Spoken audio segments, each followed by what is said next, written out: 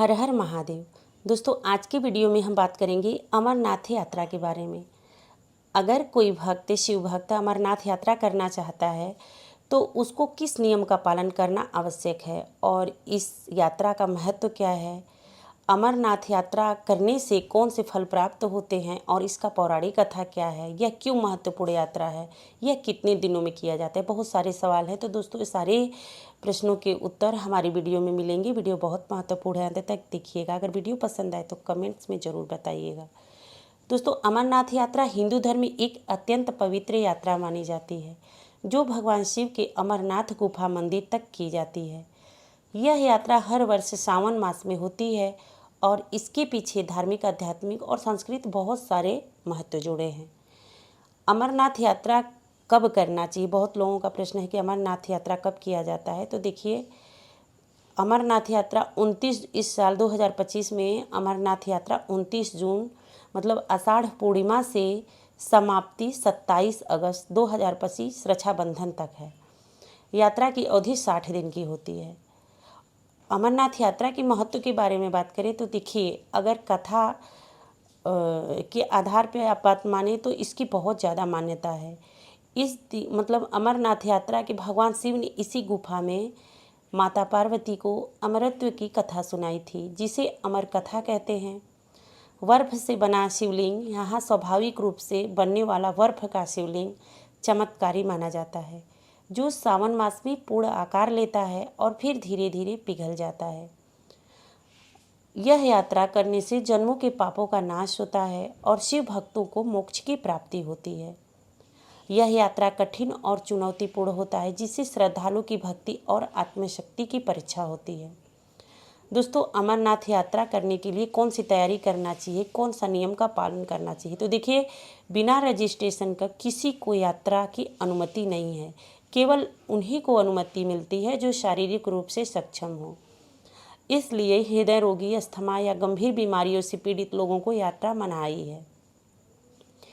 दोस्तों, कुछ नियमों का पालन अवश्य करें।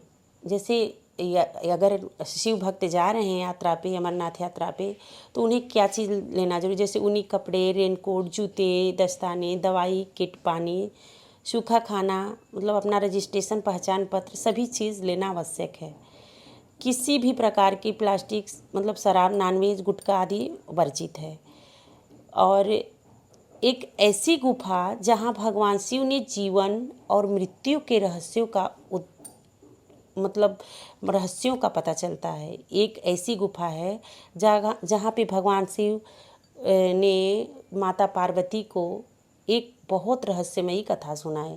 एक ऐसा मार्ग जो कष्टों से होकर मोक्ष की ओर जाता है। एक ऐसी बर्फ की शिवलिंग जो भक्तों के दिल में अमरत्व की आस्था भर देती है। यह अमरनाथ यात्रा है। दोस्तों, अमरनाथ यात्रा की बहुत ही दिव्य कथा है। शिव जी ने पार्वती को क्यों सुनाई अमरनाथ कथा? शिव का त्याग, पंच तत्वों के पीछे छोड़ शिव ने कैसे की यात्रा, गुफा का रहस्य क्या है, सारी चीज़ इस कथा से ही पता चलता है। अमरनाथ यात्रा करने पे शिव जी ने पार्वती को बताया था कि इस कथा को जिसने भी पूरा सुन लिया है वह अमर हो जाएगा।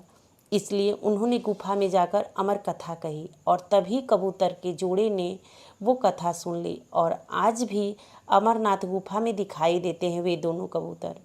यह प्राकृतिक बर्फ से बनता है और चंद्रमा की कलाओं के साथ इसका आकार, उस शिवलिंग जो है वो प्राकृतिक मतलब अपने बर्फ से ही बनता है, प्रकृति बर्फ से बनता है और चंद्रमा की कलाओं के साथ इसका आकार घटता बढ़ता है।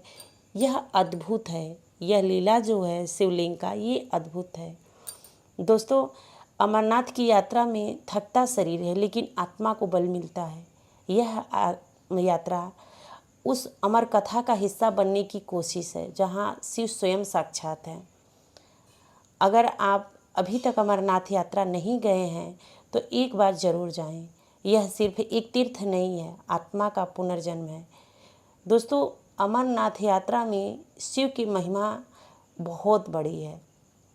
अमरनाथ यात्रा मतलब अत्यंत पवित्र यात्रा मानी जाती है जो भगवान शिव की अमरनाथ गुफा तक मंदिर ले जाती है। और सावन में शिव शंभू का मतलब हमेशा आदमी एक बार जाए तो हमेशा ध्यान करे शिव शंभू को। इससे शांति, सुख, समृद्धि और मनोकामना सिद्धि प्रदान होती है।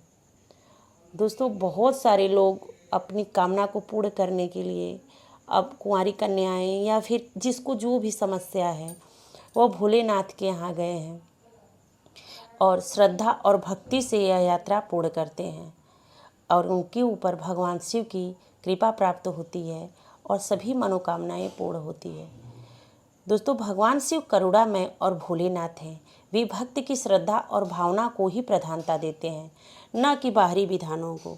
जो भी भक्त इतना तकलीफ से भगवान के यहाँ जाता है उसकी सारी मनोकामनाएं पूर्ण होती है। तो दोस्तों, एक बार आप लोग भी अगर अमरनाथ यात्रा नहीं गए हैं तो आप लोग भी जाएं और वहाँ अमरनाथ यात्रा करके भगवान के महिमा को समझें। मिलती हूँ अगले वीडियो में, तब तक के लिए जय श्री राधे।